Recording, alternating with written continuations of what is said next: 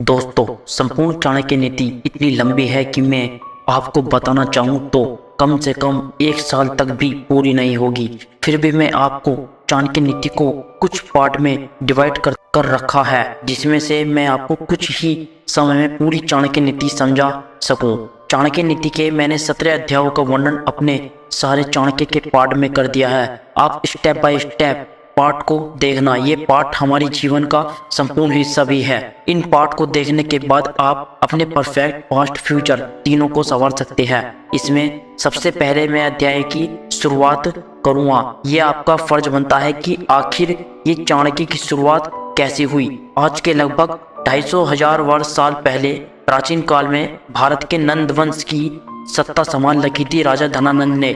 धनानंद के राज में क्रूरता पाप इतने थे कि यदि कोई धनानंद के खिलाफ बोलना चाहता था तो उसे ऐसी मौत दी जाती थी कि अगला कोई बोलने की सोच भी न सके। लेकिन यही गलती एक ब्राह्मण ने कर दी। उस ब्राह्मण का नाम था चणक। चणक को अपने देश से इतना प्यार था कि वो अन्याय सहन भी नहीं कर सकता था। तभी उसने धनानंद के खिलाफ बोलने की आवाज उठाई और इसी क्रूरता की वजह से राजा ने चणक को अरेस्ट कर लिया और जेल में डाल दिया। की पत्नी और एक बच्चा था जो कि बहुत लाचार हो गए। इतने लाचार कि लोग उन्हें भीख तक नहीं देते थे। लोग कहते थे कि यह उसी ब्राह्मण चणक की पत्नी और बच्चे हैं जिन्होंने राजा के खिलाफ आवाज उठाई। और भी खौफ था कि यदि हमने इन्हें भीख दी तो कहीं राजा हमें मान ना दे। इसी वजह से भूख प्यास और बेइज्जती से चणक की पत्नी ने अपने प्राण त्याग दिए और इसी कारण चणक को अन्याय का दाना स्वीकार नहीं था और उसने भी जेल में रहकर ही अपने प्राण त्याग दिए। तब उनका वो बच्चा बचा था। वो बच्चा इतना छोटा नहीं था कि कुछ समझ ना सके। उसने तभी प्रण लिया कि वह अपने माँ बाप की मृत्यु का बदला इस राजा से जरूर लेगा और इसे मारकर अपने राज्य को अन्याय से मुक्त करेगा। और यही से वो चिंगारी चलती है जो आगे जाकर चाणक्य का रूप धारण कर लेती है। वो छोटा बच्चा कोई और नहीं बल्कि चाणक्य ही था। तभी चाणक्य पूरी दुनिया से दूर रहकर अपने ज्ञान को बढ़ाने लगे, तरह तरह के वेदों का ज्ञान प्राप्त करने लगे। लेकिन समस्या यह थी कि वह एक ब्राह्मण थे जो कि ब्राह्मण नीति के अनुसार किसी का वध नहीं कर सकते थे।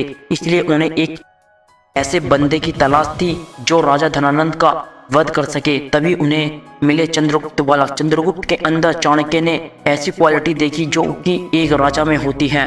तब चाणक्य ने चंद्रगुप्त को भी इस दुनिया से दूर रखकर उन्हें सभी प्रकार की शिक्षा, वेद और अस्त्र का ज्ञान प्राप्त किया।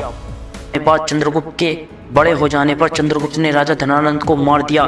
चंद्रगुप्त ने न केवल धनानंद को वध किया बल्कि एक बहुत बड़े मौर्य साम्राज्य की स्थापना की और उस पर कुशलतापूर्वक राज किया। वैसे तो चंद्रगुप्त के बारे में काफी हिस्ट्री है, लेकिन आज हम सिर्फ चाणक्य की नीति को ही समझेंगे। दोस्तों, इस वीडियो को बनाने में काफी समय लगा है और मैं आपसे रिक्वेस्ट करूंगा कि वीडियो के सारे पार्ट कंप्लीट रूप से देखें, क्योंकि सोम आचार्य चाणक्य ने कहा है कि अधूरा ज्ञान नुकसानदायक होता है। या तो ज्ञान को पूरा लो या फिर रहने दो। तो चलो चलते हैं चाणक्य नीति के अध्याय 1 पर। अध्याय 1 में चाणक्य बताते हैं कि जिंदगी को कैसे सही से जीना चाहिए। जैसे बहुत से लोग कहते हैं कि कट रही है, जिंदगी को काटना नहीं है जबकि जीना है। कहते हैं कि किसी भी कष्ट अथवा आपत्ति काल से बचाव के लिए हमें धन की रक्षा करनी है। मूर्ख शिष्य को उपदेश देने, धन के नष्ट हो जाने तथा दुखी व्यक्ति के साथ व्यवहार रखने से बुद्धिमान व्यक्ति को भी कष्ट उठाना पड़ता है। चाणक्य कहते हैं कि मूर्ख व्यक्ति को ज्ञान देने से कोई लाभ नहीं होता, अपितु सज्जन और बुद्धिमान लोग इससे हानि से ही उठाते हैं। दुखी व्यक्तियों से व्यवहार रखने से चाणक्य का तात्पर्य है कि जो व्यक्ति अनेक रोगों से पीड़ित है और जिनका धन नष्ट हो चुका है, ऐसे व्यक्तियों से किसी प्रकार का संबंध रखना बुद्धिमान मनुष्य के लिए हानिकारक है। बहुत से लोग संक्रामक रोग से ग्रस्त होते हैं, उनकी संपत्ति से स्वयं रोगी होने का अंदेश रहता है। चाणक्य कहते हैं कि जिन लोगों का धन नष्ट हो चुका हो, अर्थात जो दिवालिया हो गए हो, उन पर एकदम विश्वास करना कठिन होता है। दुखी का अर्थ विषादग्रस्त व्यक्ति से भी है। ऐसे लोगों का दुख से उबरना बहुत कठिन हो जाता है और असफलता ही हाथ लगती है।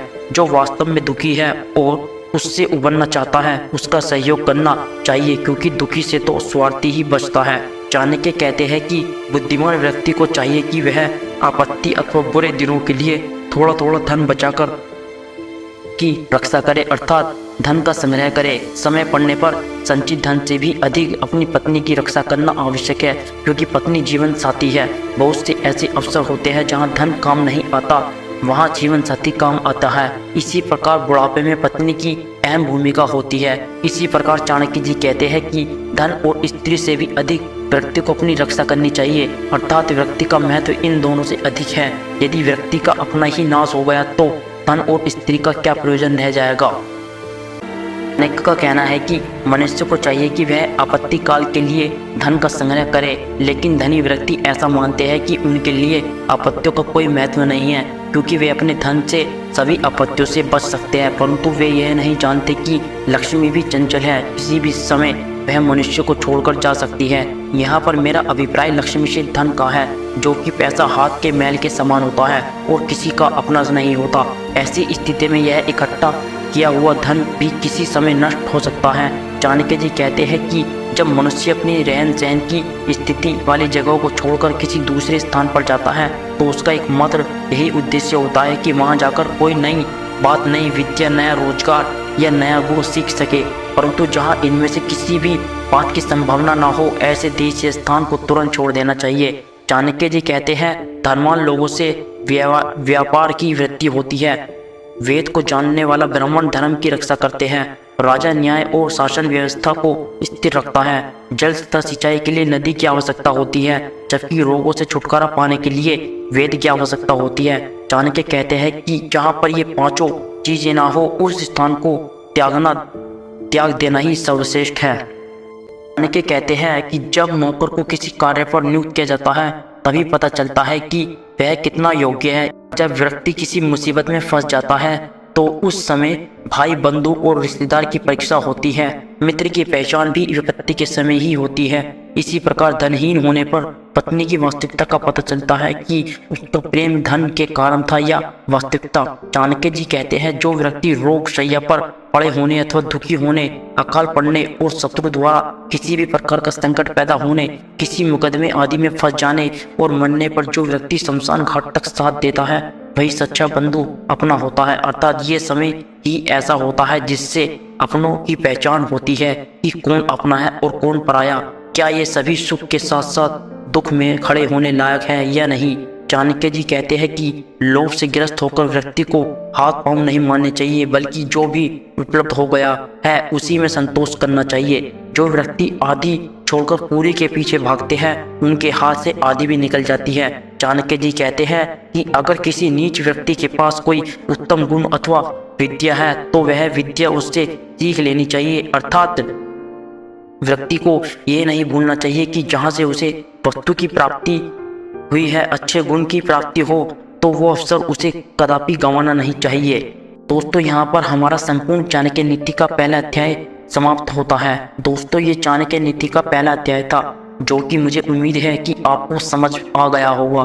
तो चलिए दोस्तों, मिलेंगे आपसे संपूर्ण चाणक्य नीति के पार्ट 2 में। जब तक के लिए अपना ध्यान रखिए और आगे बढ़ते रहिए। जय हिंद, जय भारत, वंदे मातरम।